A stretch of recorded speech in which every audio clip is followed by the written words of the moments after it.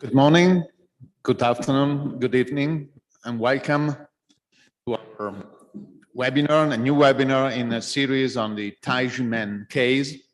Our webinar today is entitled Taiji Men, No Fraternity Without Justice. It's co-organized by CESNUR, the Center for Studies on New Religion and Human Rights Without Frontier.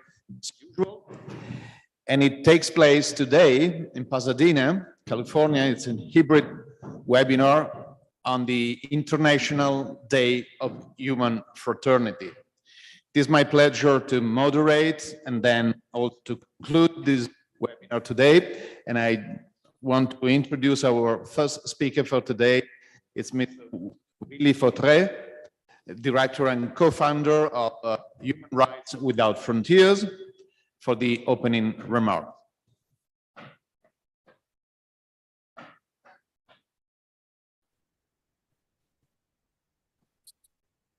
Please start. Hello, everybody from around the world participating in this hybrid webinar about the International Day of Human Fraternity from Taiji Men Qigong Academy in Pasadena in California. I am very pleased to be connected to all of you. Through this Zoom lifeline, we constitute a group of people who have the same objectives, which is the definition itself of the fraternity concept. Indeed, our common interests are our passion for justice, our commitment to freedom of religion or belief, and our sacred mission to human rights. The International Day of Human Fraternity was established by a resolution of the UN General Assembly on the 21st of December 2020 as a way to promote greater cultural and religious tolerance. With this resolution, which was co-facilitated by Egypt and the United Arab Emirates, the UN invited all its member states and other international organizations to observe the International Day of Human Fraternity annually on the 4th of February. Celebrations of the International Day of Human Fraternity include events attended by UN member states, religious leaders, and civil society representatives, along with the Zayed Award for Human Fraternity, which recognizes individuals or entities anywhere in the world for their profound contributions to human fraternity. To fulfill the aspirations of the document on human fraternity, the Higher Committee of Human Fraternity was established in August 2019. The Higher Committee, which is constituted by both religious and civil leaders from different countries and creeds, of the Zayed Award for Human Fraternity. In these troubled times, when religions and their leaders are shamefully misused by some political leaders and movements to justify their wars, their massacres, or their genocides, we need, perhaps more than ever before, to recognize and emphasize the valuable contribution of people of all religious or belief groups to humanity. This is fraternity. Fostering dialogue among all religious groups can make towards an improved awareness and understanding of the common values shared by all humankind is the very essence of fraternity. We also need to keep alive fraternity by underlining the importance of raising awareness about different cultures and religions or beliefs, and by promoting tolerance, which involves societal acceptance and respect for religious and cultural diversity, including with regard to religious expression. Education, in particular at school, should contribute in a meaningful way to promote tolerance and the elimination of discrimination based on religion or belief. Human fraternity is closely linked to tolerance, pluralistic traditions, and mutual respect, all values that are at the heart of the sacred scriptures of many religions and belief groups. Thus, it is imperative that we encourage activities promoting interreligious dialogue to enhance peace and social stability, respect for diversity, and mutual respect.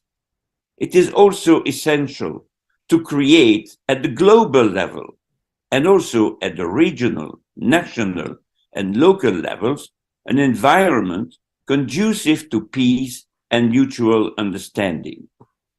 At the institutional highest levels, it is also important to promote interreligious and intercultural dialogue.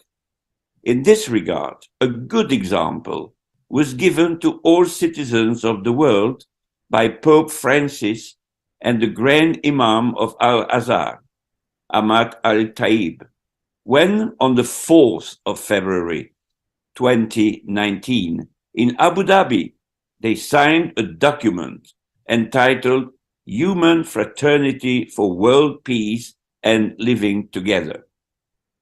Finally, the document on fraternity also influenced the encyclical Fratelli Tutti, as Pope Francis acknowledges in the same text by stating that he was inspired to write it by his meeting with Ahmed al-Tayeb in 2019. I will conclude my presentation with some thoughts about the concept itself of UN International Days in general. The existence of International Day predates the establishment of the UN, but the UN has embraced them as a powerful advocacy tool. The UN observes designated days, weeks, years, and decades, each with a theme or topic. By creating special observances, the United Nations promotes international awareness and action on these issues. Each International Day offers many actors the opportunity to organize activities related to the theme of the day.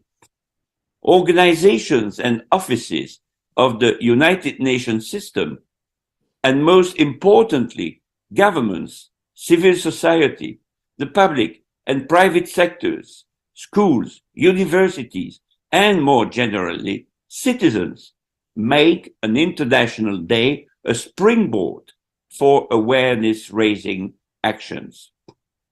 The majority of observances have been established by resolutions of the United Nations General Assembly, although some have been designated by UN specialized agency.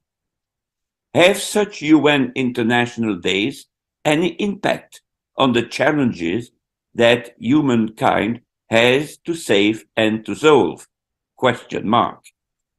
The international observances, which also include weeks, years, and decades, as I said, are some of the most visited pages on the UN website. The International Days serve as an indicator of the interest that a given subject attracts in each part of the world. To find this out, the UN looks at the level of engagement of these commemorations received in different regions and languages across the world. The most popular day is certainly the International Day of Human Rights, which takes place on the 10th of December. This day is observed all around the world. All in all, a multitude of individuals from all walks of life get involved in one way or another in the celebration of this special day. Other most popular days include International Women's Day on the 8th of March, World Water Day on the 22nd of March, and the International Day of Peace on the 21st of September. These are all days when fraternity is in full action. Let us celebrate together, all together in Taiji fraternity, this special day across all the borders and the continents for the fight against injustice in Taiwan. Thank you very much.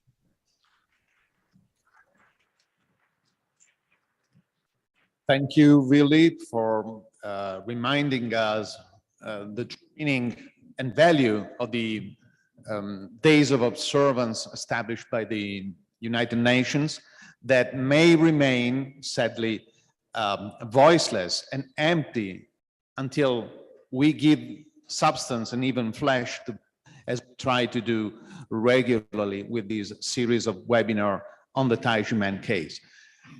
Our program continues now with a video contribution by Dr. Hong Tao-Tse, founder and Grandmaster Shifu of the Taiji Men.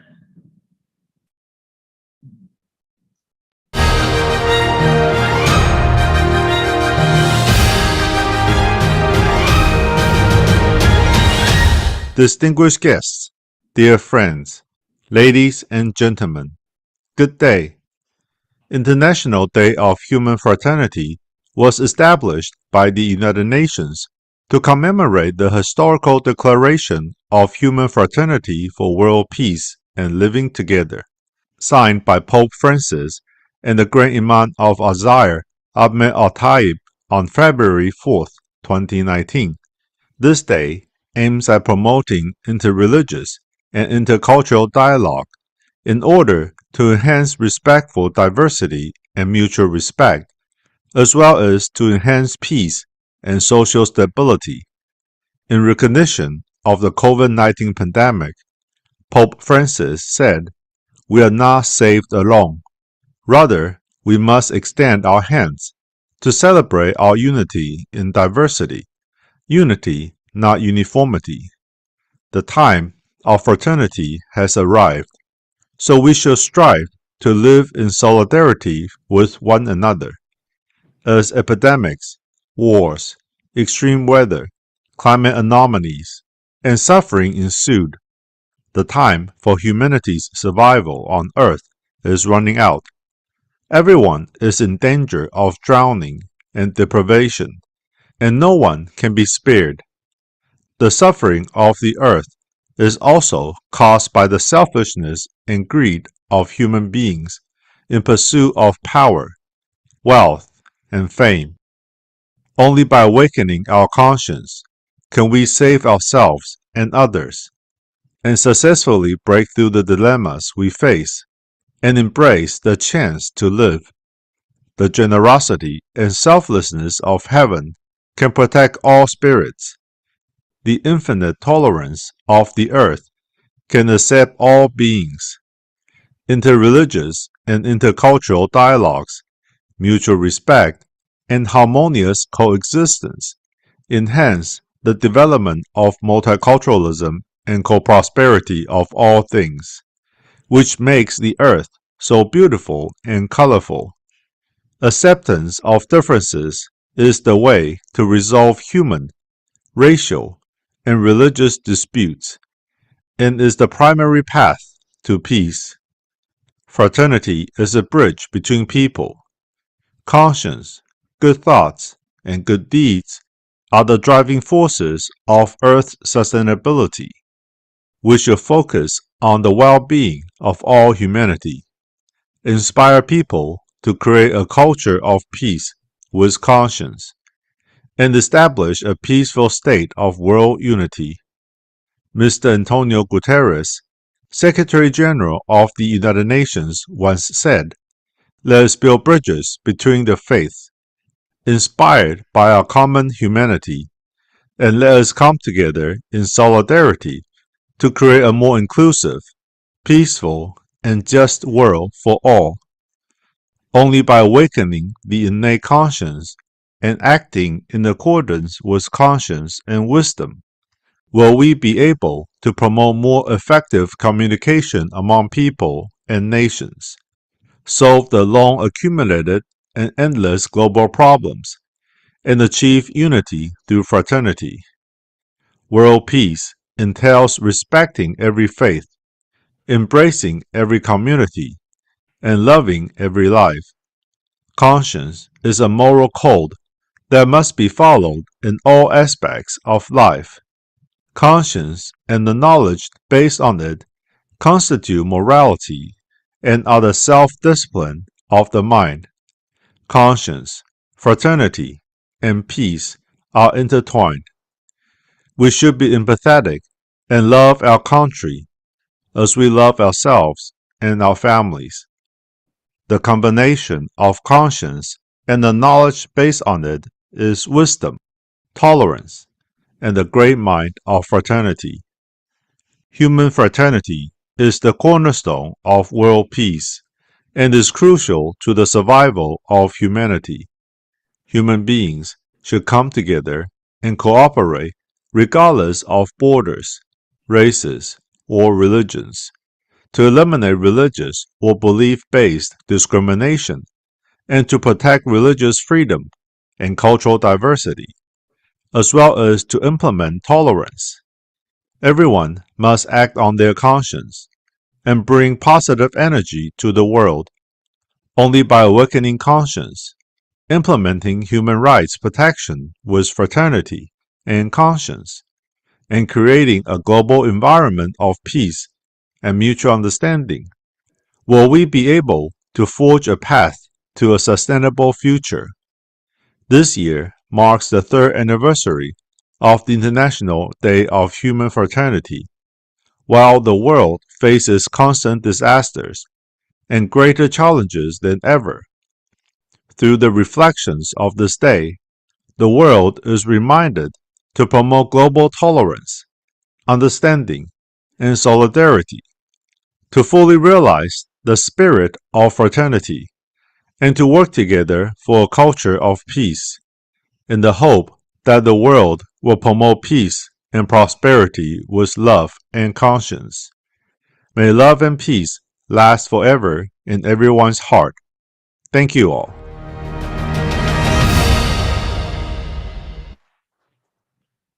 Thank you so much, Dr. Hong, for this wise message, as usual, which inaugurates the scholarly part of our webinar today. In the first part, we have scholars, and we will begin with Dr. David Suleiman Amore, lecturer in history and philosophy, and secretary of the Islamic Cultural Association, Salam. Dr. Amore, the floor is yours. Hi to all. Hope you are listening me well. You are hearing me well. Okay. Nice to meet you again. And today, about this day, this fraternity, this day of fraternity, I'm here to introduce, to humbly show the point of view, the Islamic perspective about the topic of the day, of this day. The Islamic view of society emphasizes communal obligations, but Muslims and Taiji Mendizi both emphasize the connection between fraternity and justice. In Islam, justice is considered a cornerstone of a just and equitable society, and is seen as necessary for the realization of fraternity. The Quran emphasizes the importance of justice by stating,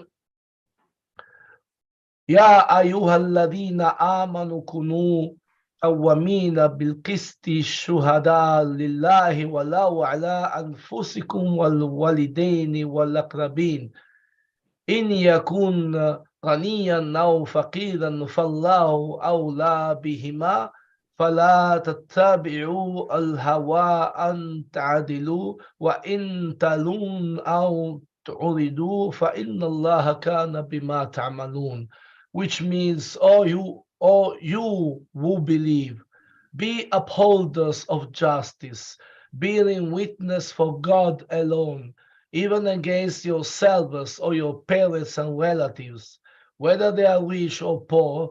God is well able to look after them.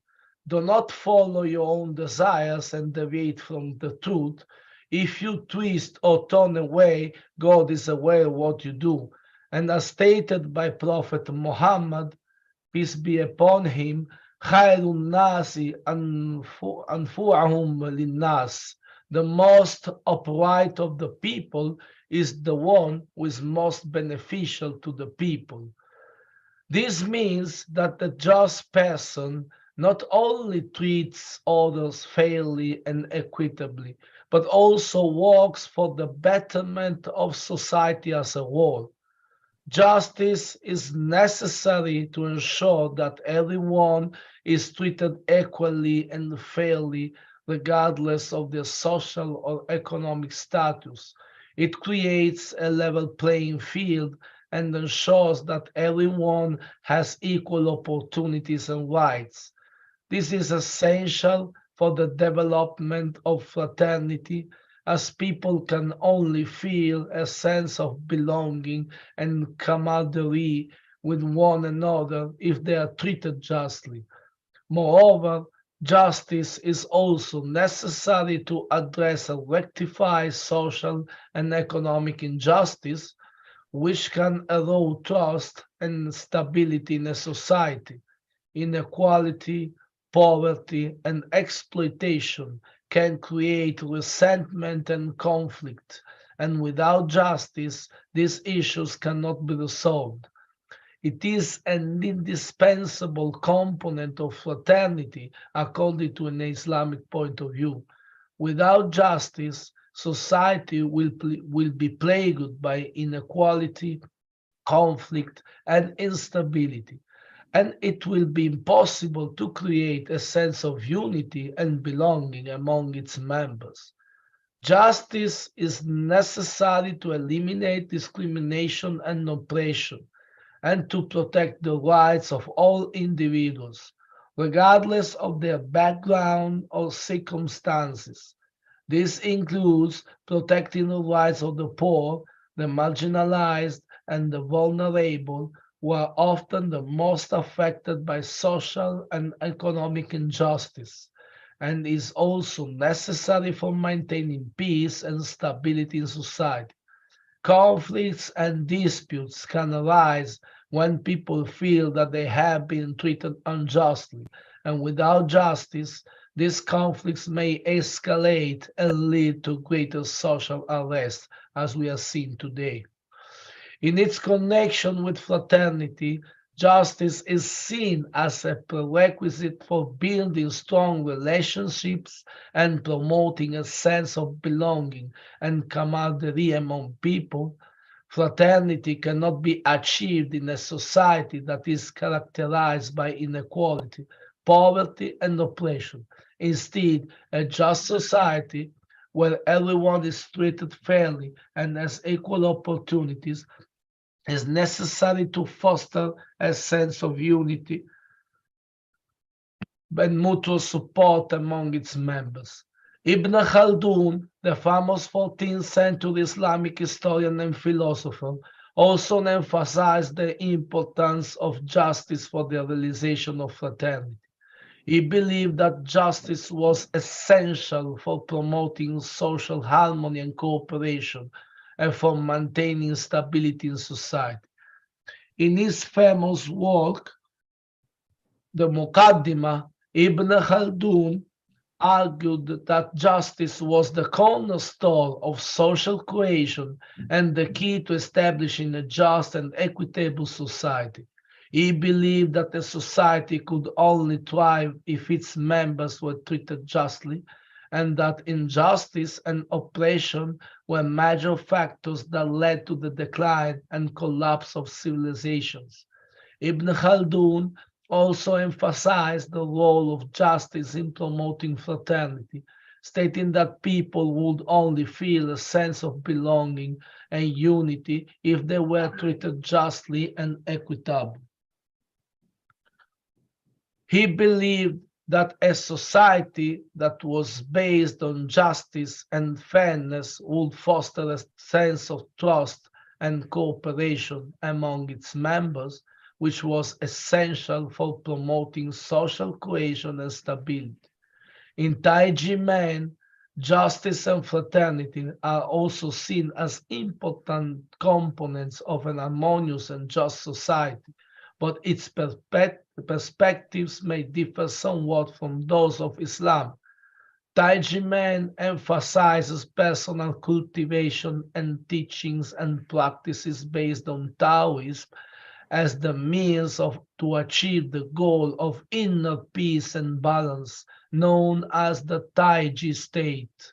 Justice is understood as a matter of personal responsibility, where individuals are encouraged to act with integrity and fairness in all their relationships and dealings. Fraternity is also emphasized with a focus on promoting unity, cooperation, and mutual support among individuals and communities. In Islam, justice is seen as a communal obligation, where society as a whole is responsible for ensuring that its members are treated justly and equitably. Justice is considered a cornerstone of a just and equitable society and is seen as necessary for the realization of fraternity. In conclusion, both Taiji Man and Islam place a strong emphasis on justice and fraternity. but together with similarities, there are also differences in their perspectives and approaches. Taiji Man emphasizes personal cultivation and balance, while Islam emphasizes communal obligation and distributive justice for promoting a just and equitable society. Justice and fraternity are intertwined in an Islamic perspective. Justice creates the condition for fraternity to flourish, and without justice, fraternity cannot be achieved. Taiji Man and Islam, on the other hand, agree in their belief that a just and equitable society is essential for promoting peace, stability, and the sense of belonging among its members. They both denounce injustice and corruption. The Taiji Man case and the wounds inflicted not only on Taiji Man Dizzy, but on Taiwanese society as a whole, is an instance of injustice, threatening societal harmony and destroying fraternity, according to a standard of fairness and the duty of behaving according to conscience that different religious and spiritual traditions may all recognize. Thank you.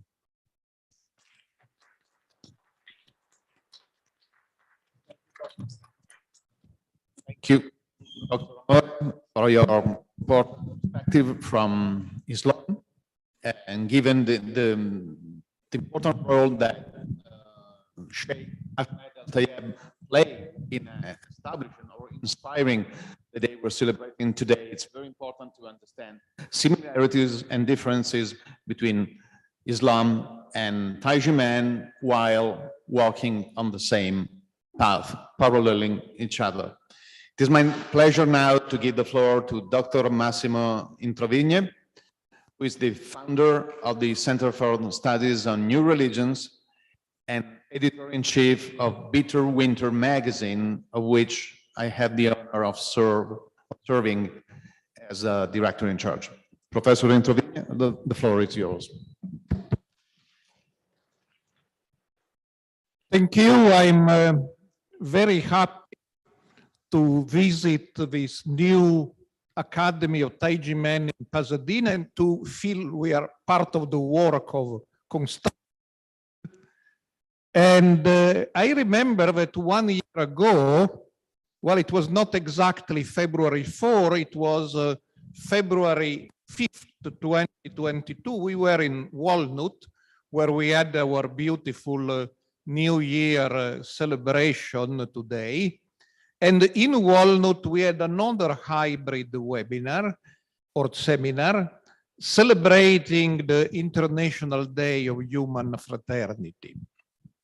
And already in the 2022 seminar, many speakers repeated what we heard today from Dr. Hong and from all the other speakers, that there are many United Nations Day of observance, but this day is somewhat unique because the United Nations are a secular organization, but the origins of this day, the International Day of Human Fraternity, are in a religious event.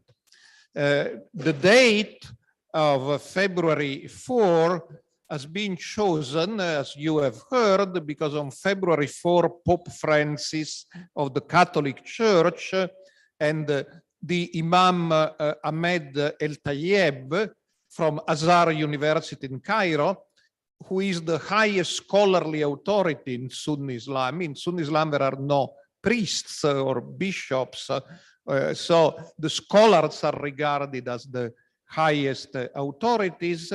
The two of them met and signed a document on human fraternity, war, peace, and living together. And in this respect, of course, it's very significant that before me, a Muslim scholar also participated in our seminar.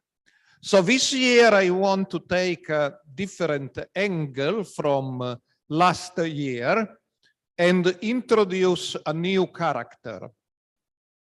The meeting in Abu Dhabi was between Pope Francis, representing Christianity, and the Imam El Tayeb, representing Islam. But in fact, there was a third participant which was not visible, and it was the Italian Catholic medieval mystic Francis of Assisi.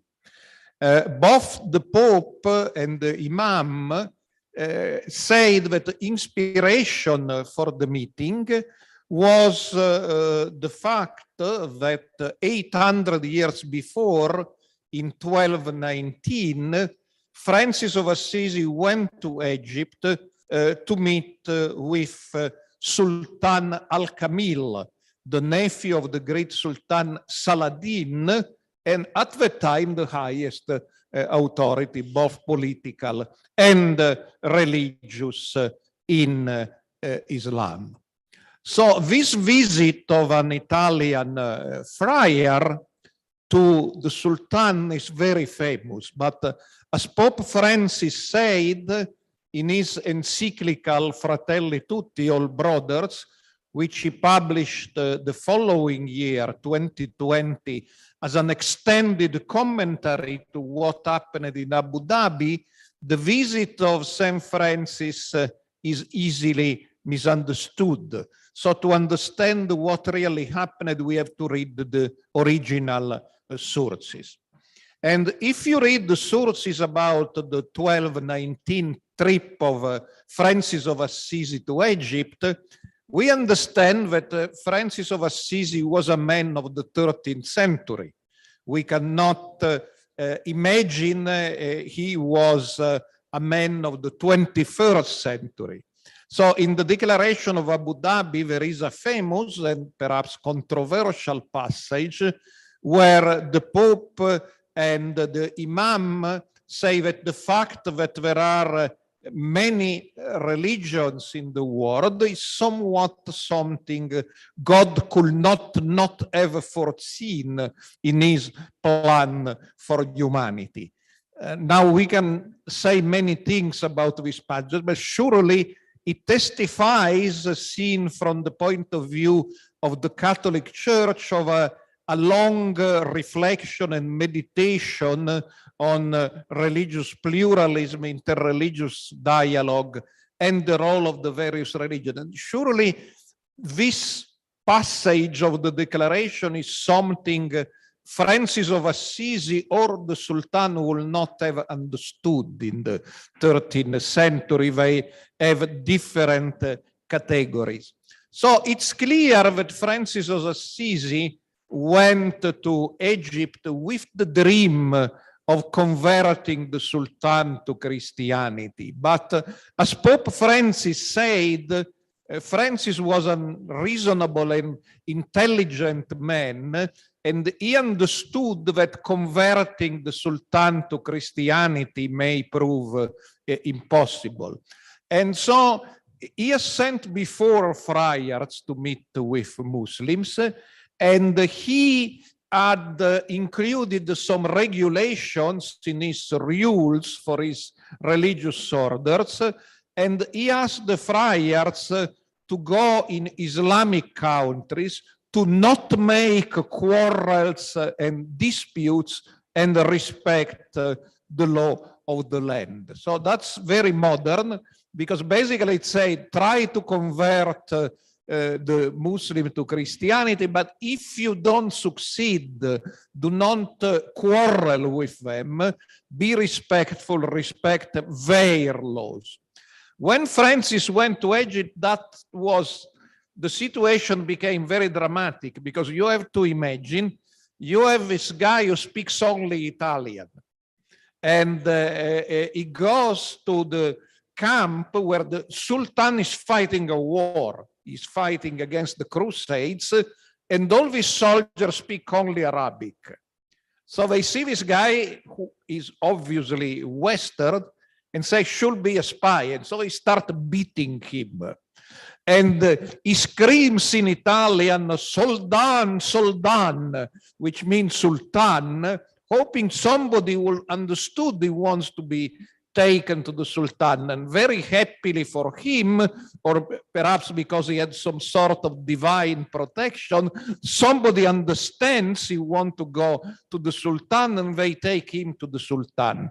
And the first sources, particularly a book by a Franciscan called Jordan of Giano, who wrote a chronicle a few years afterwards, says the Sultan was very kind. He listened, he didn't convert to Christianity, but he gave an escort to Francis to go back without being disturbed. So according to Pope Francis, the rationale of this story is that we can disagree in matters religious, but we can still find a common ground in fraternity, in what the Pope and the man called the awareness of the heart. But the awareness of the heart is, at the end of the day, conscience.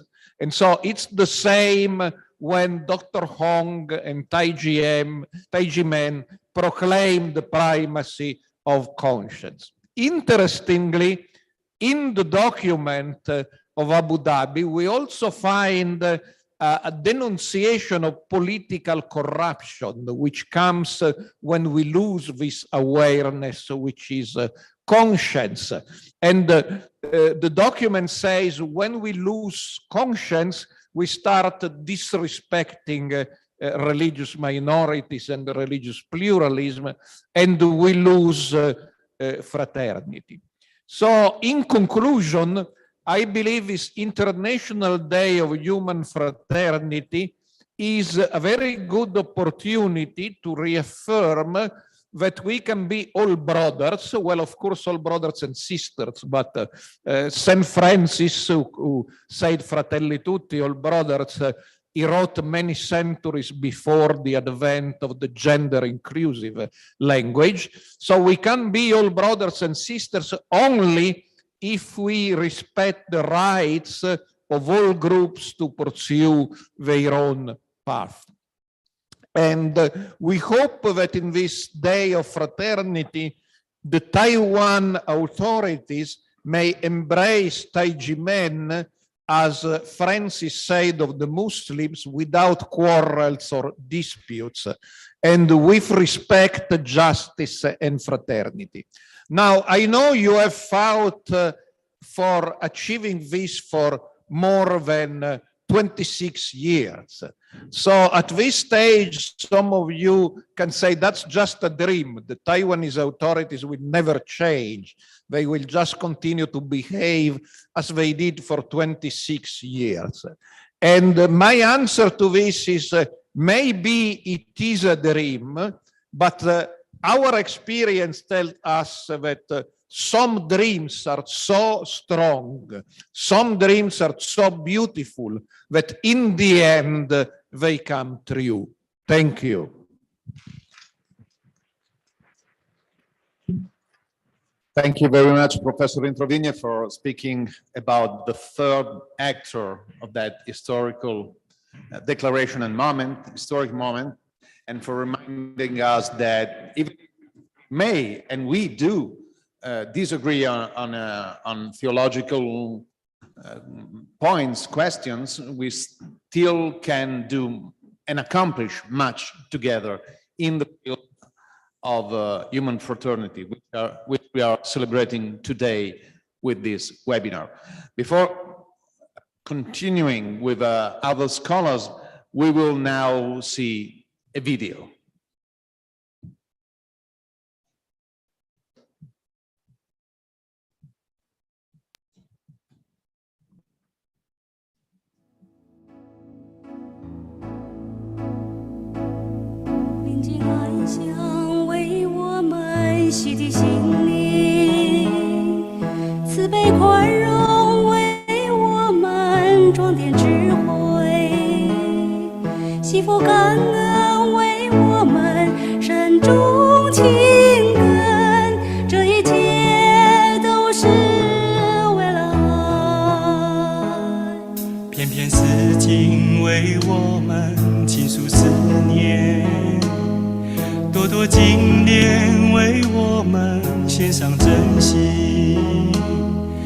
环相扣为我们缘定今生，这一切都是为了爱，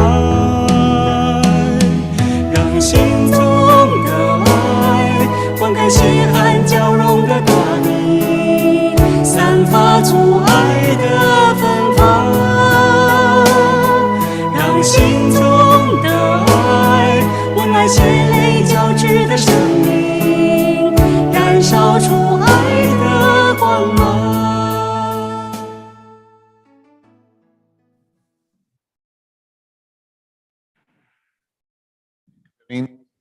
An video on a keyword, love. We will now continue with the scholars, and we now turn to Taiwan, listening to two Taiwanese scholars. The first of them is Dr. Lucas Lien. He is a contact professor in Taiwan of University Osnabrück in Germany. Dr. Lien, the floor is yours.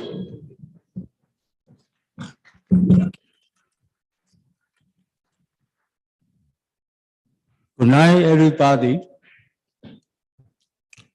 If we talk about what is fraternity and justice, I personally, today I sit here, we are sitting here in the Lutheran Church. The Lutheran Church, what is about Martin Luther? Martin Luther is a man of true fraternity, because he said, sola scriptura, sola gloria Dei, sola Christi, sola fide, sola gratia. Marco understand everything, because yesterday I talked to him in Latin. Ecclesia sacramentum symbolum et instrumentum saluti mundi. The church is the sacrament. The church is the symbol. The church is the instrument for the salvation of the world. But he speaks Italian, but he understands every word what I am saying. 600 years ago, Martin Luther said, if we want to have the salvation, we depend on the glory of God, we depend on the salvation of Jesus Christ, we depend on the faith, we depend on the grace of God, but not depend on the Pope. Why? Because in the Catholic Church, they believe that the Pope is a representative of Jesus Christ. But Luther said, no, if you want the salvation, you need only glory of God and glory of Jesus Christ. But if we want the salvation, we don't need any media, because we stand for God. Every person is equal. Nobody is higher than me. Nobody is higher than you, because we are all brother and sister. I think in this Martin Luther Church, Martin Luther tells us the true fraternity is equality of every person. Equality in Chinese says, 众生平等. So if you want in the religion, that religion make slave. Don't forget, the most religion produce slavery. But the president of America, we were in Washington, D.C. What we have experienced, Abraham Lincoln, he said, if slavery is not wrong, then nothing is wrong. Abraham Lincoln is the true fraternity of the humankind. But Islam, Catholic Church, Evangelical Church, they produce new slavery. But Dr. Hong, he say, every person is equal. What we have done in IRF, International Religious Freedom, what we have is prevalence there. 20% of us, we go to the president of Taiwan Parliament, Yu Si-kun, Mr. Yu. But you know what I have done? I make a record of what he has spoken in the IRF keynote speech. He said, Taiwan is the land of democracy. Taiwan is the land of human rights. But China violates human rights. But what he has done later on, if we ask him, we have petition, we need remedy. What he has said, which law has the government has broken? I count 6 times. Why is he nervous?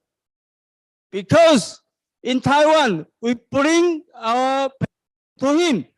He never want to see us. We bring our petition to the parliament.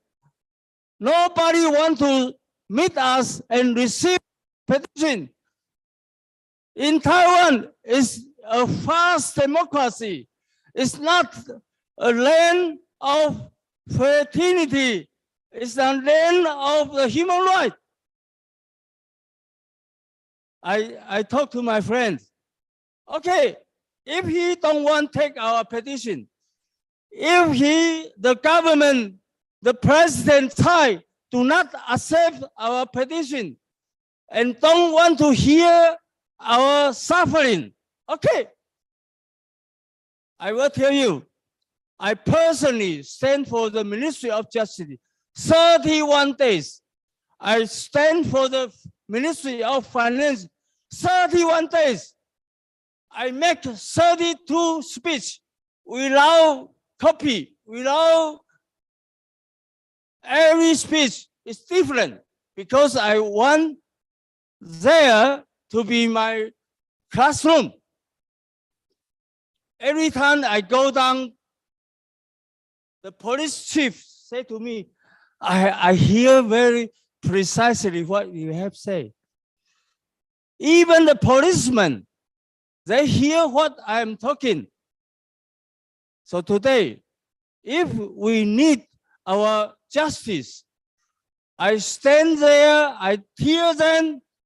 We, the people, the Taiwanese, we are the host, we are the Lord of this country. We bring our petition. Why nobody want to hear us? Yu Si-kun, the president of the parliament, I respect him several years ago. But right now, the president say, which law the government has broken? I tell him, which law they have broken? Because the law enforcement, they take away our property. They take away our 55 property. They take away many people's property. They do not think the people. I say there, we, the people, we are the host of Taiwan. Taiwan belongs not to government. Every state authority comes from the authorization of the people. People is everything. People is force. People is the host of the country. That is the true democracy. That is the true fraternity. If the people do not become the host of this country, there is no equality. There is no democracy. There is no fraternity. there is never justice. But Taijimen, the brother and sister, we stand there, we say, we are the Lord, we are the host of Taiwan. Taiwan, the public authority, the legislative, the executive, just judiciary belongs to people of Taiwan. The true Fraternity is democracy. So I discussed with him, we have a strategy. We will make protocol that what the president of the parliament, what he has said here, we say it is shame on him. If I were the president of the parliament, I would say, oh, you have petition, you need remedy. I will study and give you a right answer, because you, the people, you are the two brothers and sisters of Taiwan. We will hear you. That is the true Fraternity and true justice. Thank you. Thank you, Dr. Lian, for always vibrant speech and for reminding us of the event that took place for Taijimen in Washington just a few days. It's now the turn of Mr. Kun Kwang Huang. I'm sorry for my awful Chinese pronunciation. He's a retired official in the National Taxation Bureau of Taiwan. The floor is yours.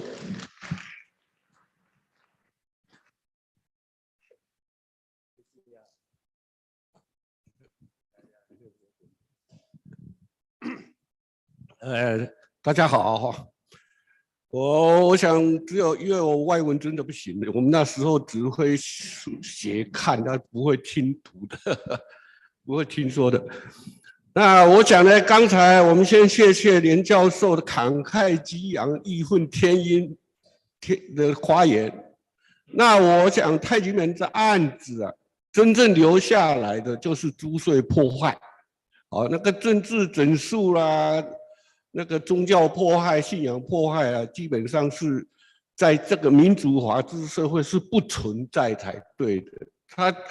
它有，也像那个刑事的部分也已经有国赔这些了，但是所有宗教迫害或者政治整肃都没有用所得税来做手段的，因为信仰从来不是所得税这些租税的标的，它不会是。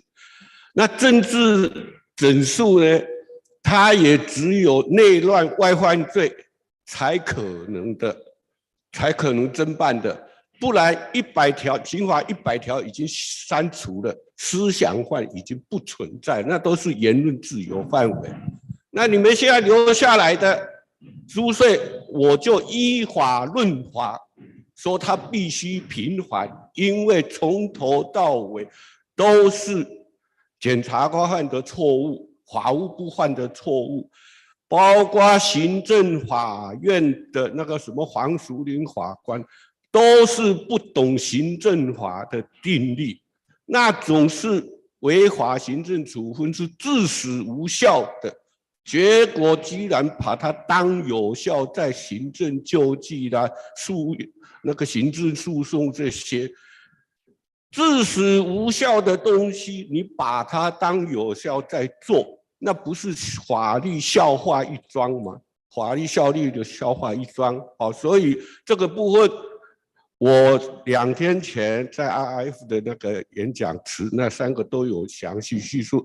今天我前面那2段那些可以字幕，我不再重复，把留下来时间多补充一个什么叫做民主法治的那个政体，怎么实施政权行使。好，民主法治政体以民为主，人民和政府是对等关系，立法院立的法是国法，是对全体国民适用的，不是对哪些人适用的，他们选择性。但是那个民主法治政体既然是以民为主，所以他立的法其实不是来管制人民，来统治人民。民主时候只要行政那个就是政治人物参加选举，这些人还有统治观念的话，他就不能坐在那个位置上了，他就不是民主人了，他就是还有那个专制时期的那个观念，就绝对是错误的了。那民主法治政体怎么样？以民为主，所以政权行使必须依法治理，不能法外治理，军人不得干政。这是一个很基本的。那什么叫做依法治理？也就是说，人民依法行事，政府依法行政，法院依法判决。那这个就是全国适用的。那依法行政就是常任文官必须依法律规定去做合法的行政处分，他必须在我们的文官制度，现在是职务分类的文官制度，也就是说，你必须有这个职权，有这个职能，你才能做这个合法行政处分。只要行政处分的主体、客体适用法条有一项错误，这个就是违法行政处分，就是无效的，致使就无效，应当撤销的。好，那我特别这样补充是说，我这样讲就是要挑战现在执政的人，到底他的民主法治观念是不是有和我不同？我同样，我从那个我是战后因何早出生，台湾那个228事件36年发生，我37年出生的，所有专制到民主我都经历过。所以呢，今天的情况就是说，因为政府现在执政的人不会自省，他们都为了自己的权利继续掌有，所以就继续操作的结果，就所有解释法律只对他们有利的他会解释，对人民有利的他不做解释，他也不敢解释，变成这样。也就是说，你看看我们台湾的最糟糕的是怎么样？现在这些所谓民主人，当在掌权的人，从来不敢推行公民责任。公民责任要怎么样？要说选举那个优秀的领导人，参与立法，参与监督政府施政，他敢吗？没有。所以现在我们要讲回来，就是说你们的案子该怎么办？因为政府不自行改正，所以只有借外力来给他督促。那很好，我就讲说，讲到这个施政就是课税了，课税是政府存在的血流，只要说没有税好课的时候，这政府大概就不存在了。那这个是要最公平的。根据大法官解释也好，怎么样，就是所有租税构成要件都必须以法律定在母法里面，也就是所谓的法定原则，租税法定原则。这个大法官解释里面写得很清楚，我初中里面叙述得很清楚，任何人都不能对租税构成要件加以增减，但是绝对是无效，是违宪的。那现在我回过头来就引述3000节最后的那个结论：自古执政流芳者，都是人民爱物，横征暴敛，遗臭万年。民主选举人民是选任治国精英，不是选任建国英雄。建国会有英雄，英雄是对敌对外，诈骗敌人是计谋，包括我们读《三国演义》里那空城计这些一样，那是计谋。治国是对民内政，诈骗人民是自欺欺人的误国害民。这大家必须很清楚这个观念。所以呢，像太极门案子这些，它为什么会发生？它就是因为当时的法务部长在很多政治性凶杀命案啊，还有所谓的宗教诈财这些东西的时候，他法务部长居然就是违反自由民主宪政秩序的，去以戒严实情、疫情专案模式调动宪兵、检察官、调查官、检察官4大系统去做所谓的扫黑，英雄式扫黑。大家不妨打字一下看看。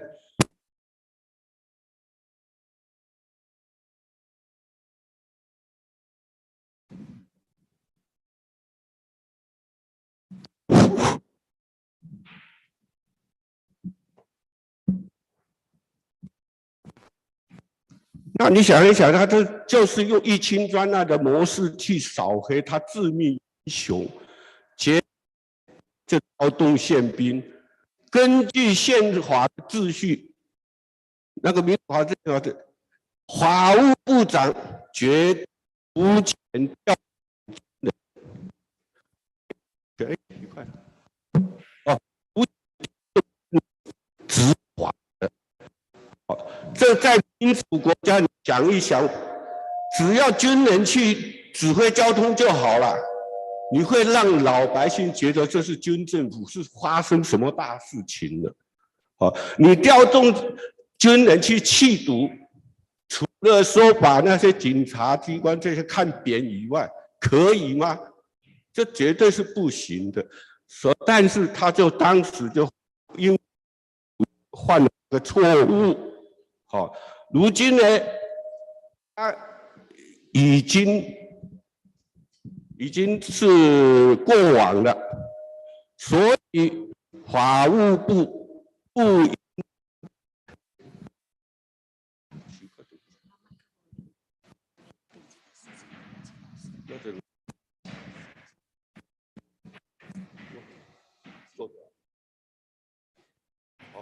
我赶快走。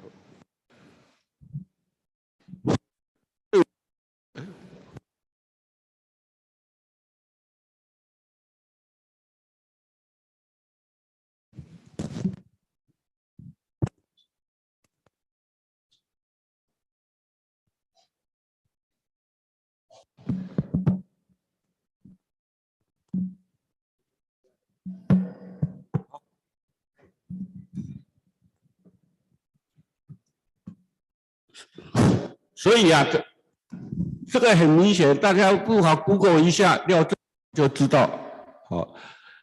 他现在我讲说失人已远呐，法务部呢不应当再继续的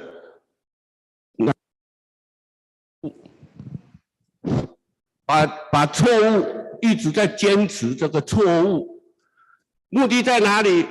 目的当然就是在维护原来的法务部长、调查局长升任法务部长的他的那个颜面呐，可以这么讲啊。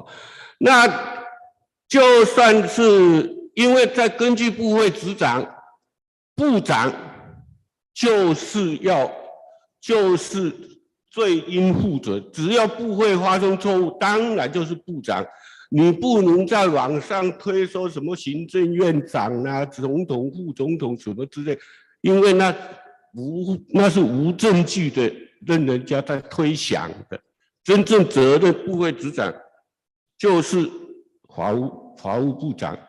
那部会首长，我必须强调的是，他就是要能够让人民依法安居乐业，这个才是他的德性所在。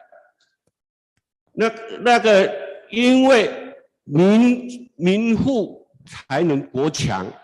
好，我想这个是整个对太极门案子呢，是原因发生在那里。那现在当事人也过往了，不能再维护他的那个声誉，然后继续错误下去，延宕了台湾的民主法治进程。当然，法务部的那个执法公信力也会一直受到损害。好，这个是我在这里必须说强烈呼吁法务部要了解的。而且公务员要知道他是特种公民，上班是公务员，下班他就是公民，而且这是特种公民，他要民主时代，他要尽忠的是法律。还有人民，哦，这个才是真正要点。那你上班是公务员，下班你就是人民，你到底要忠于你呢，还是要忠于你的上级那个指示？所以我想说，你只要是一个有民主概念的人，你当公务员就不应当说不忠于自己，而是忠于不当的指示，这是我对公务人员的呼吁。那总归呢，今天法务你们的这个课税冤案，我也已经替你们制造出一个说同样用虚拟所得课征实体所得税的案例，它也已经获救了。那现在你们有2个好处，一个前面是特殊情形对你们一种迫害，那现在因为你们的迫害又产生了其他人相同迫害，而这种迫害我已经替某一个就钟先生翻案了。那现在你们同样的情形，将来再有什么诉讼之类的，国内外诉讼之类的。这个连教授就讲得很清楚了，他可以提供很多管道。那然后呢，他就有一个对比了，别人的同样的迫害，就是用虚拟所得课征真实所得、实质所得税的都翻案了，那你们的同样的情形，难道不翻案吗？那不翻案又是另外一个法律问题，又是一个对比了。所以我参加太极门2年来啊，我真的是觉得说，自大不公时必有天理，也不知道什么鬼使神差我会加入这一个，只要中间有一个错误，比如说我为了生前巴结一下怎么样，我就不会在这里产生。那我也很感谢太极门有这个让我发挥我租税正义这种从头到尾就有这种思想的人出来，所以我说过了，这个大概是我自己创造。我说为己悲愤会治伤，为别人悲愤则可以疗伤。那我在这个太极门2年的里面，这是我对人生的最大体悟。我也因为有替钟先生翻案了，解除了我身为长期税务工作者的压力。那也就是说，最起码我做到了所有税务人员还没做到的事情。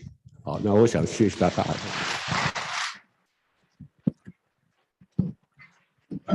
Thank you, Sir Huang, for getting into the heart of the abuse that Taizhimen has suffered and is suffering. We now start the second of our webinar. I call to this table Free Easy for their testimonies, Ms. Rachel Chang, Mr. David Lin, and Ms. Anna Chow. The first one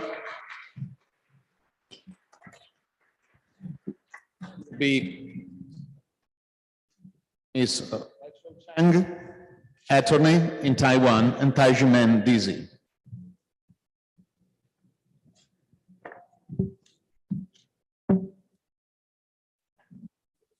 Good evening, everyone. I was just being a lawyer for 4 years. The Taijuman case occurred. When I was shocked and heartbroken.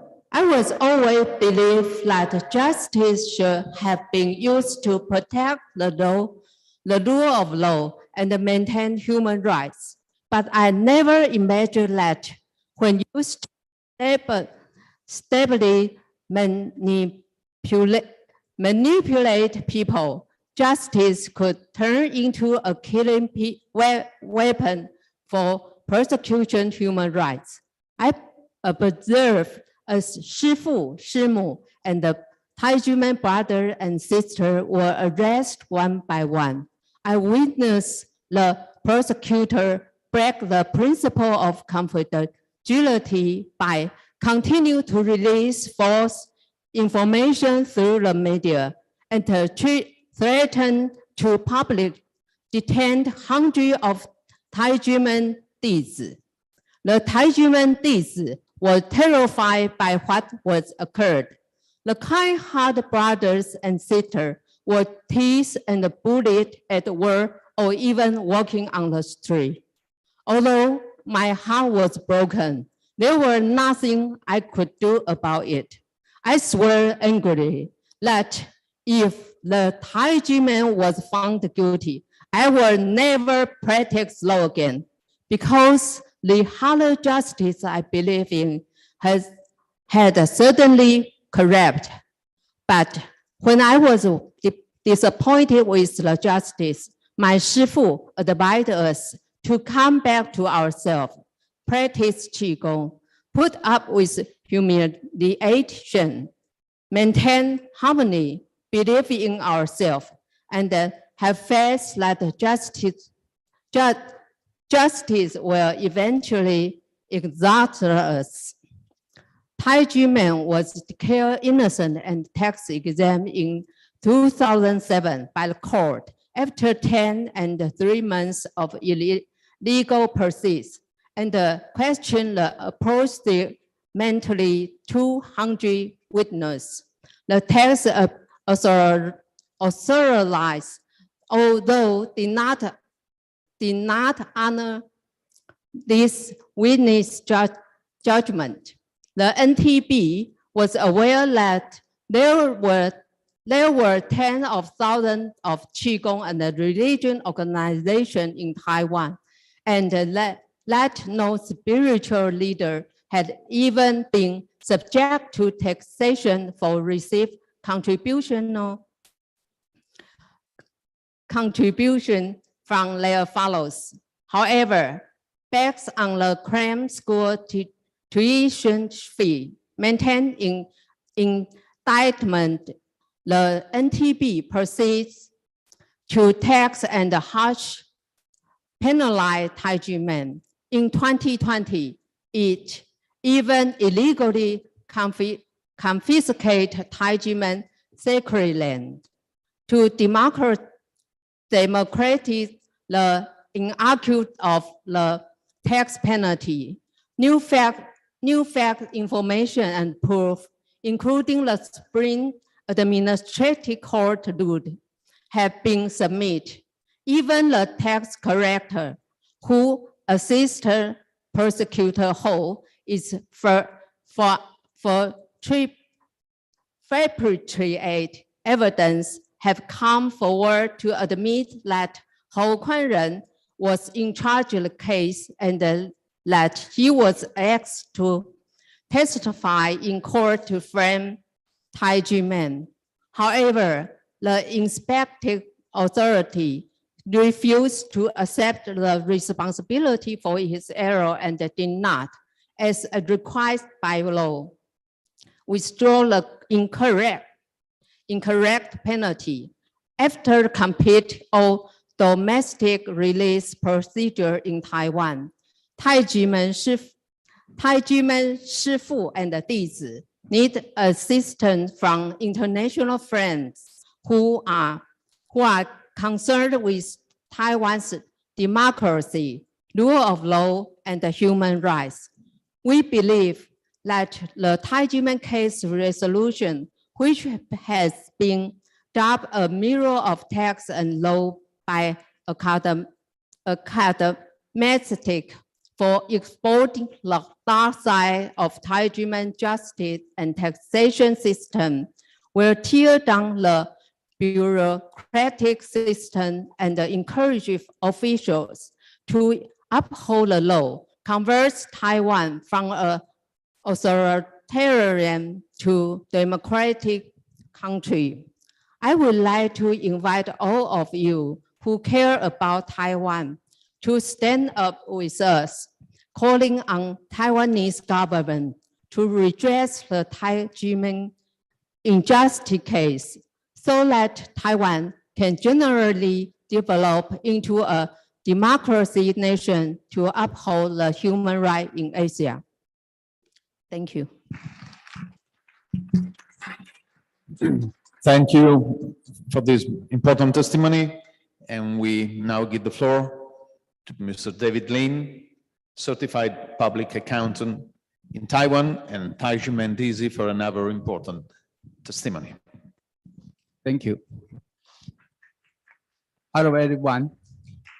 Cardinal Miguel Angel Ayuso Gister, President of the Pontifical Council of the Interreligious Dialogues, said that the United Nations proclaimed February 4th as the International Day of Human Fraternity is to commemorate February 4th, 2019, when the Pope Francis and the Grand Imam of Azhar signed a document of a human fraternity during the Holy Father's apostolic visit to Abu Dhabi.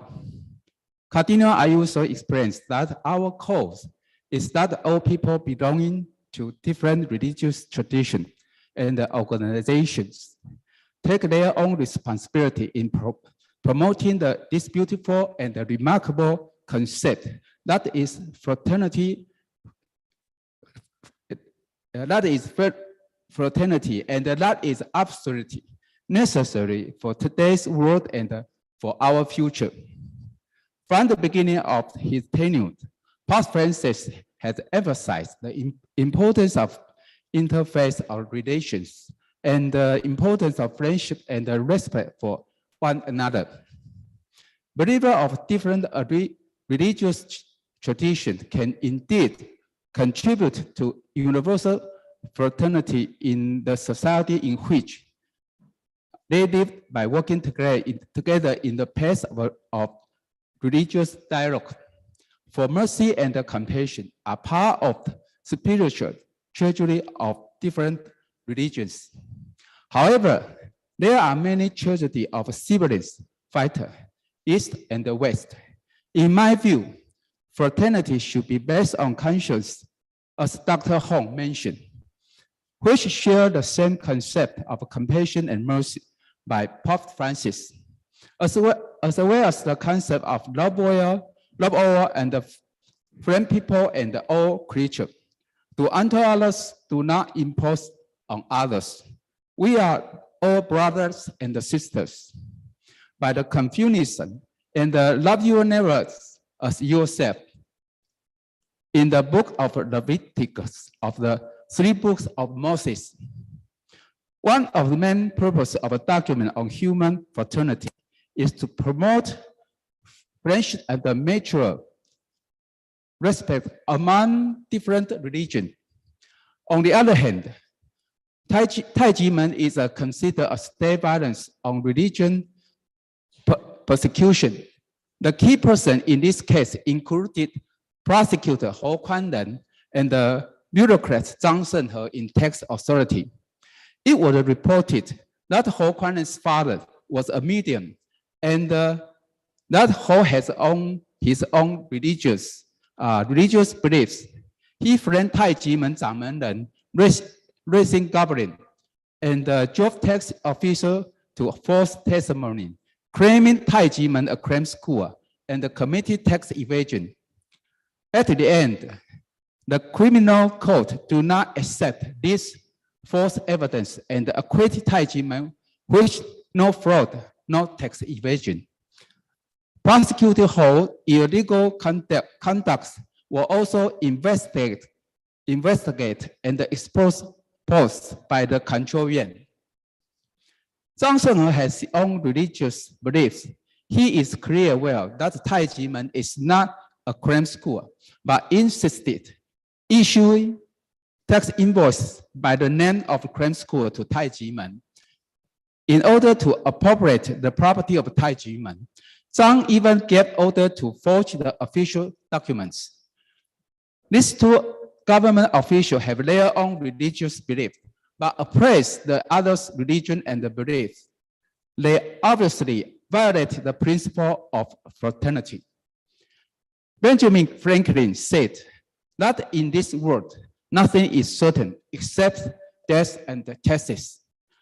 Ms. Xu Yushiu, the former justice of Constitutional Court in Taiwan, also mentioned that there are two major pains caused by the states. The first is the criminal law, where people are imprisoned. And the other is taxation, where not everyone would be imprisoned.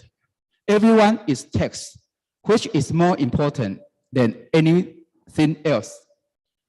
The word tax is derived from the Latin word doxo, which means pain and have to endure. Therefore, while paying tax is the obligation stipulated in the Constitution, the taxation needs to satisfy the principles set up in the Constitution. And the government has to exercise its power legally and potentially. Looking back at history, the fall of a dynasty over a regime has been influenced by many factors, but the most important one is wastefulness of government expenditure, coupled with political corruption and the levying of excessive taxes. The people will stand up and revolt. For example, people uprising in the late Qin Sui Tang Ming dynasty in China were mostly caused by the heavy taxes and the duties. In Western country, the Magna Carta 1215 adequated the consent of the people for taxation and the limited king's power of taxing. The glorious revolution of 1688 in England established the principle of no taxation could be imposed without the consent of a parliament. The American Revolutionary War and the concept of the American Revolutionary War and the Declaration of Independence was caused by the dissatisfaction of the certain North American states with the British government's imposition of tea and stamp duties. The French Revolution of 1789 and the Declaration of the Rights and the Men and the Citizens was caused by the political and the economic tax exemption enjoyed by the clergy and the nobility, while the middle class and the peasant was subject to heavy taxation. There are many cases where the states persecute people's religious beliefs through taxation, such as Taijimen case. The case happened when prosecutor deploys false evidence and manipulate judicial process to persecute, coupled with discriminatory and illegal tax billing by tax authority. One of the main reasons for the 27-year injustice in the Taiwan government and some Taiwan administrative court judges failed to uphold the spirit of fraternity based on conscience in the handling case of injustice and repression. I would like to elaborate a bit further that judicial conscience. Article 7(6) of the Constitution of Japan states, judges should exercise their function according to their conscience. Article 13 of Judge Act in Taiwan state that a judge should conduct based on conscience. Although there is no common agreement about the definition of a judicial conscience, I advocate the concept of love your neighbor as yourself. Paul the apostle said, love your neighbor as yourself. Love does not harm to its neighbor. Therefore, love is the fulfillment of the law. For Taijimen case, if the judges in some administrative court had such judicial conscience, they would not have been determined against their conscience when they knew the case is unjust. Thank you for listening.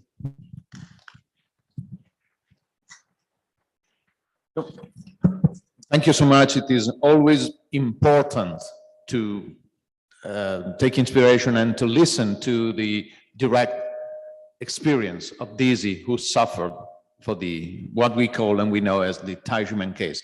Our last but not the least, Daisy today is Miss Anna Chow, elementary school teacher in Taiwan, and she will bring us her testimony as well. Thank you, Marco. Good evening, everyone. In my experience, my Shifu, Dr. Hong, is a man of great fraternity who devotes his entire life to helping the world, promoting culture of conscious education, and fostering love and peace in the world. Shifu has led his deeds to over 100 countries, and I have had the privilege of being a part of them, regardless of race, language, culture, and beliefs. We are always amazed that Shifu can be a good friend to anyone. He is always the first person to show kindness, smile, and greeting when getting to a new place. He teaches us always be curious, friendly, passionate, and show our understanding. He leads us to learn more about this world with different angles and teach us to appreciate the beautiful side. I still remember going to Turkey with Shifu in 2019, and one night in the hotel, Shifu asked if we had expressed our gratitude to the hotel staffs and shared good news with them. And he said, we stayed here for 2 nights and they were so kind to us. Did you think about how to thank them? Have you invited them to endorse the Declaration of International Day of Conscience? With his teaching, his word, and his unspoken teachings, Shifu showed me that goodness blossoms along the way and the hope comes wherever we go. At the moment, I also felt deeply the great love that Shifu has for the world without distinction, just as he has always told us to be grateful to the world, to see the bright side of things, to bring positive energy to those around us, starting from ourselves. To treat all beings equal is a spiritual cultivator's duty, to treat each other with a warm heart. Shifu showed me that such a heart knows no boundaries, language, culture, or race, and that this is exactly what the International Day of Human Fraternity is about, promoting cultural and religious tolerance, understanding, and dialogue, and the need of human beings to encourage each other with love and support, and to move forward together in solidarity. In Taiwan, the persecution on Taijimen has been lasting for more than 26 years, and even the seizure of Taijimen's sacred land. What Shifu has been telling us is, as long as the tax system and human rights status remain unchanged, countless people will be victimized. What we are doing is not just for Taijimen, it's for prevention. I feel Shifu's selflessness and compassion for the world. I'm willing to follow Shifu's continuous efforts to promote tax reform and human rights protection, to call on more people to stand up for their rights, to urge the government to do right things, and to fulfill my path of spiritual cultivation. As my Shifu said to Pope Benedict XVI, no love, no peace. Peace needs love. Love needs to be balanced. I personally witnessed such a great man of wisdom who actively promotes love and peace in the world, continue to be deprived of his property rights and humiliated in his reputation and character because of the abuse of state power by a few bureaucrats in Taiwan, who continues to hinder his works in promoting world peace.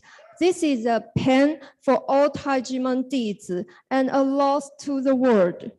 Since Taiwan claimed to be a beacon of democracy in Asia, the world should mirror the conduct, and we call on, for the sake of truth and justice, and for the freedom of faith and belief, the Taiwanese government should fulfill its core obligation to protect human rights, safeguard people's religious beliefs and cultural freedom, correct the wrongdoing that Taijimen should not be subjected to, return our sacred land for self-cultivation, and restore the reputation of Taijimen Shifu and Dizi, so that Dr. Hong and Taijimen Dizi can promote conscience, love, and peace for the sustainable future of the world without hindrance. Thank you. Dear friends, listeners, online and in person, we are rapidly coming to an end of this very important hybrid seminar taking place in Pasadena, California, on the International Day of Human Fraternities. It is my pleasure and duty to try to draw some conclusion with adding some further reflection that I hope will be of some interest. And I want to thank the organizer of this webinar, CESNUR and Human Rights Without Frontier. I want to thank all the scholars who took the floor, both from Europe and Taiwan. And I want to really thank with my full heart the Dizi who are, as I said, suffering the case, and they bring us their direct testimony. I want to conclude reflecting on one point, which I dearly hold. One thing we all normally take for granted deserves our keynote consideration. To underline their strong attachment to a person, a special tie to a fellow human being, and the deep value of a relationship, people use the metaphor of a family. We define humans as the human family. In a previous webinar of this series on the Taijimen case, while underlining the concept and value of humans as the human family, I myself even defined Taijimen as a peculiar family within the broader general human family. When a man and a woman marry, their respective families regard the other spouse as a new son and a new daughter coming into the family, as well as each of the two spouses consider the parents of the other as a second mother and a second father. We use, in fact, expressions like son-in-law and daughter-in-law, as well as mother-in-law and father-in-law, since a new law decrees the enlargement of the household. It is the law of hospitality and love. When someone wants to gratify a younger person with his or her own total affection, he or she says, "This is my son," or "This is my daughter," even if they are literally neither. We even use expressions like, "You are the son or the daughter I wish to have." This metaphor continues also among best friends. When people share what they treasure most, or are tied by a special bond generated by peculiar circumstances of life, they found natural to bestow on their bodies the free title of brother and sister. This indicates a level of intimacy, a sense of mutual belonging, and a profound camaraderie. This second only to blood bonds, virtual blood bonds, such as parents adopting children included, and marital relationship. It is then clear why Taiji men, Shifu, Master, and Dizio, disciples, call themselves brothers and sisters. One of the slogans of Taiji men say, "We are one family," and you can see it as I saw it on one of the beautiful posters hanging from a wall in the Taiji men Qigong Academy that I visited today in Walnut, California. All this family metaphor clearly cut through the beliefs and teachings of Taiji men. Fraternity is in sum the other name of human caring and sharing. But human beings reveal a special talent in twisting and ruining even the most cherished treasure of all. History is full of examples of fraternity gone astray. Consider, for example, the French Revolution. Its slogan was liberty, equality, and fraternity, and it reached none of them. More importantly, it started with a massacre on July 14, 1789, and culminated with a genocide of its own people in 1793 and 1794, even performing in September 1792 the slaughter of people whose lives the revolutionaries deemed not worth living, thus anticipating what Nazi Germany started in September 1933 with Action T4, Action T4 in English. Consider also what communism did in the 20th century. In the name of socialist fraternity, it killed millions and millions of people, amounting to the bloodiest and largest man-made catastrophe against human beings ever happened in all human history.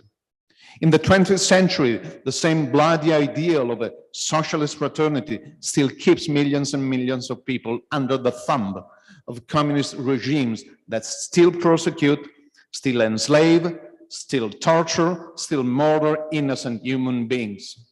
Consider that Nazism and its highly selective concept of fraternity, so selective to include only Aryans and what the Nazis called das Herrenvolk, the master race. This staggering misuse of words caused the Holocaust of the Jews and the death of a multitude of other people.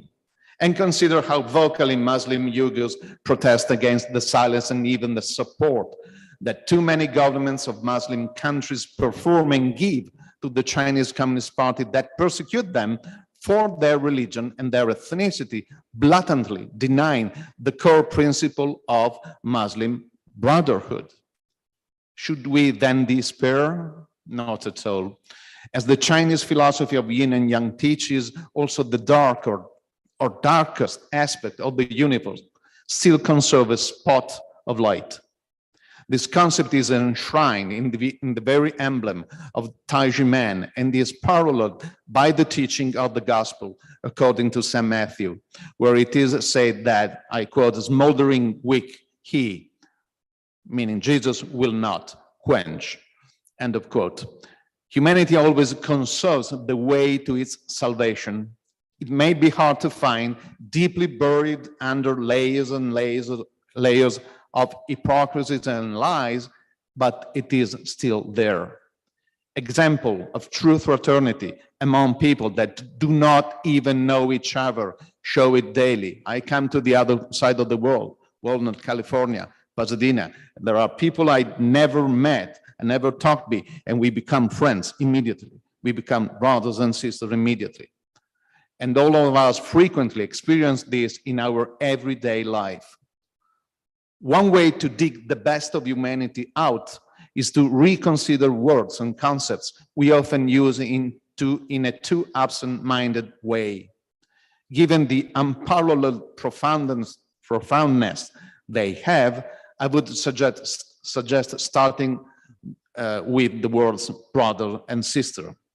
In fact, if we regard special friends as brothers and sisters, if we even conceive humanity as a family of brothers and sisters, we should immediately consider them as sons and daughters of one same Father. The simple use of brothers and sisters announces a common Father. We could never use brothers and sisters if we do not think that a common Father exists. Now, this is what religions and spiritual ways precisely say. They may call it with different names. It may be a personal God or a generic creator, a supreme being, or the infinite transcendent unity of the universe. Doesn't matter. Whatever name it has and whatever its theological conception is, he is the common Father that causes all human beings to regard themselves as brothers and sisters. This is a pivotal question that Pope Francis and Sheikh Ahmed Al-Fayed, whose 2019 historical declaration inspired this International Day of Human Fraternity that we are celebrating, strongly underline. Am I suggesting that to truly consider human beings as brothers and sisters, we need to cherish the notion of a common divine Father? I surely do. And it is appropriate on a secular day of observance like today, which anyway, as we heard today, has a deep religious origin. But I am not preaching. I am just pointing at data that history and sociology can ascertain. Let us reconsider the few examples I listed above. The French Revolution claimed to have guillotined God the Father. The Bolshevik Revolution claimed to have assassinated God the Father, and the Chinese Communist regime still imposes to believers the adoration of revolutionary leaders as fathers of the country instead of God the Father. The Nazi regime substituted the Führer Adolf Hitler to God the Father, and evidently those Muslim governments that ignore the cultural genocide that the Chinese Communist Party wages on Xinjiang, East Turkestan, consider Muslim Uyghurs to be sons of a lesser father, God. The cancellation of the common Father makes human orphans, destroying human fraternity. Where God has been cut down or its notion curtailed and adapted to personal profits, human fraternity disappeared, and greed, violence, oppressions, slavery, and all kinds of horrors came in. This may be regarded as the single major problem in human history. The records of history and sociology show it, not the fervor of the pulpit. This may prove hard for secular ears, but it is useless and wimp to appeal to fraternity among humans without considering the core question of a common Father. And interestingly, several theologies address the question of God the Father, underlining that God is also a mother to human beings. The need to retake human fraternity and God's fatherhood and motherhood into serious account in face of the failures of all secular reductionisms in this field may even be another aspect of the sunset of the secularist perspective that religious sciences register and describe. Now, considering human beings as brothers and sisters because they are sons and daughters of the heavenly common Father-Mother is a case of simple justice. To deprive humans of a common Father-Mother is unjust because the equal dignity of all humans is a consequence of acknowledging that humans share a common origin. If we don't acknowledge that, Jacobinism, communism, and Nazism are totally right in their murderous selective conception of fraternity. How can we have true justice if and when we allow ideology and bribery to corrupt the notion of the family?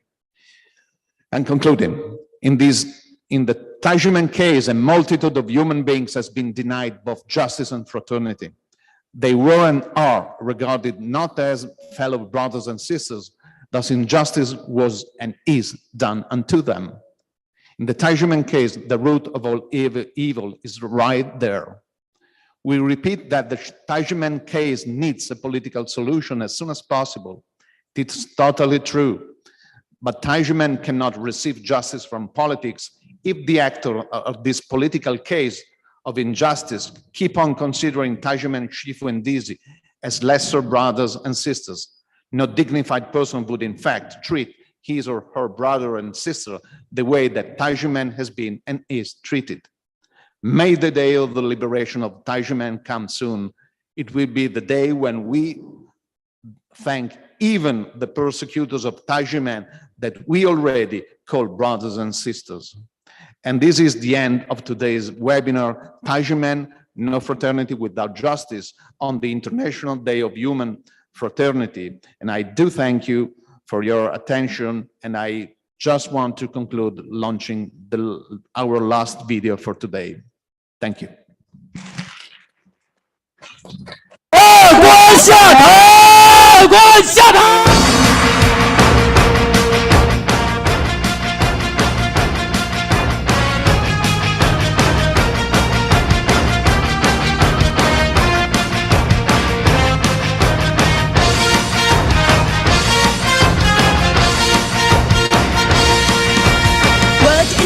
About the Taijumen case, Taiwan Supreme Court found Taijumen not guilty of tax evasion or any other charges. The National Tax Bureau and the Ministry of Finance reneged on the promise to revoke the tax bill. The National Tax Bureau illegally auctioned off the sacred land of Taijumen. The land was illegally taken into state ownership.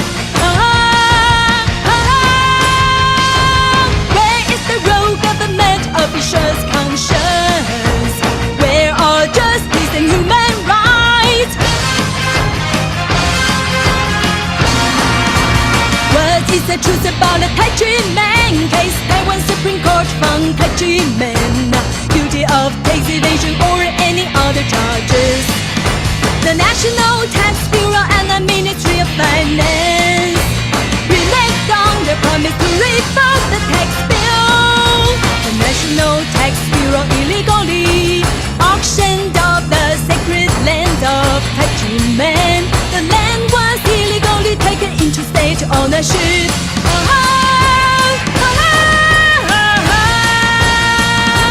Where is the real government officials' conscience? Where are justice and human rights?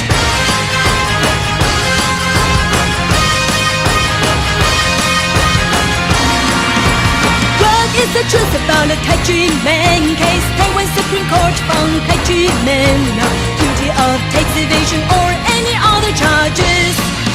The National Tax Bureau and the Ministry of Finance reneged on their promise to revoke the tax bill. The National Tax Bureau illegally auctioned off the sacred land of Taijumen. The land was illegally taken into state ownership.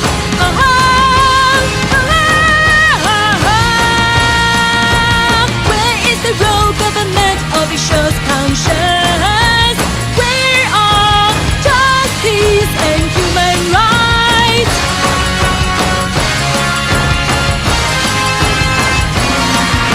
The righteous people are united with conscience to defend